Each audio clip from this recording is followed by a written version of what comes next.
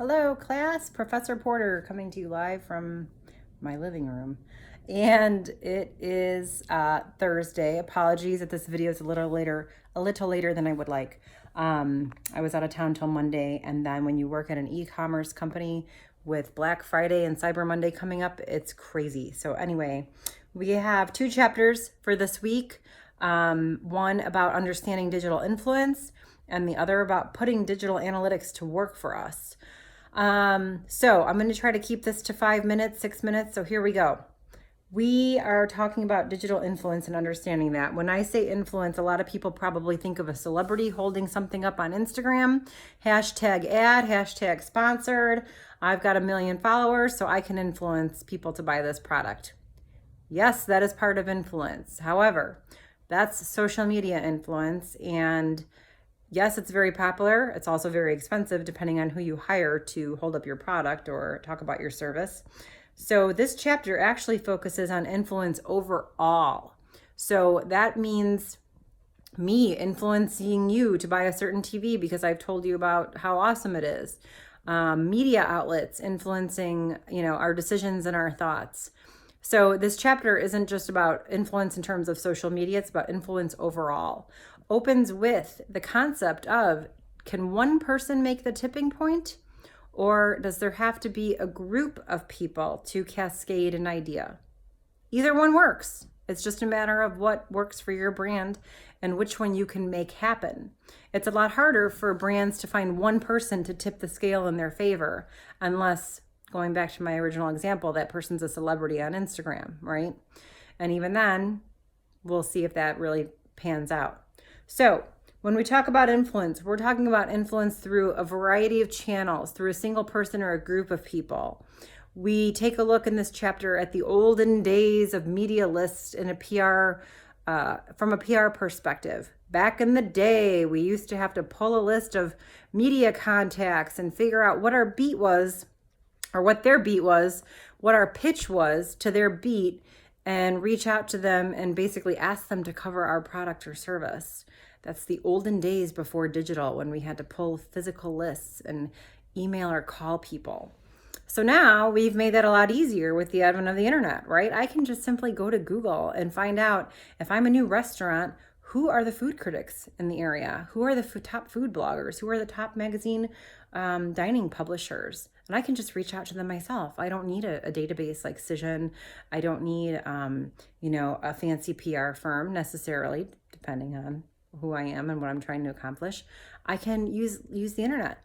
The only thing is I have to vet those people, right? And I want to take a look at their reach and their syndication. So how many people are they reaching? And then of those people they are reaching, how many of those people are spreading the word even further? Looking at the total syndication. So that's what that talks about. So what we're really trying to do essentially is create a network and spread the word about us. And that's what we're looking to accomplish with influence.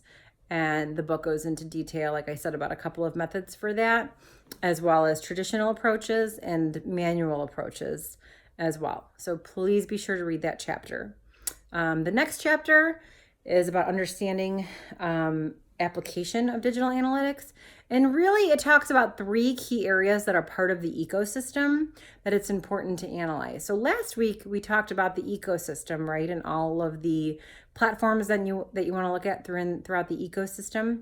And in this chapter, they talk about measuring different components of the ecosystem, basically doing a social media audit and a social media audit analysis, doing a search audit and analysis, and then doing an owned media audit and analysis. So remember, obviously you guys know what social media is, right? Doing an audit of your presence on Facebook, Instagram, Twitter, TikTok, Snap, whatever you want to, wherever you want to be.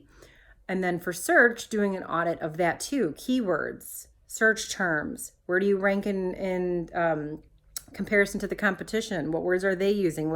What strings do they have in their content? What strings are in your content?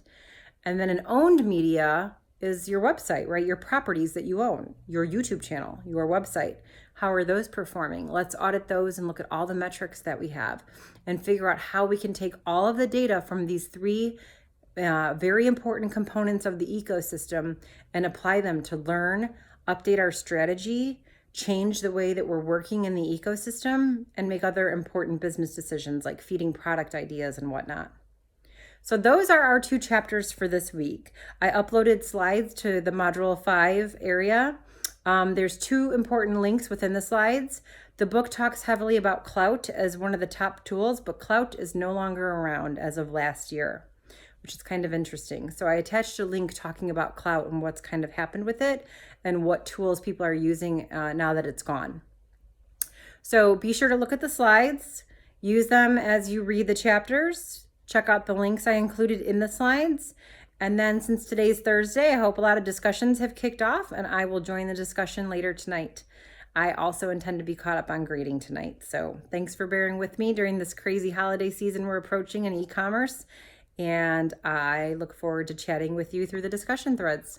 Have a great rest of the week and email me if you need anything. Take care.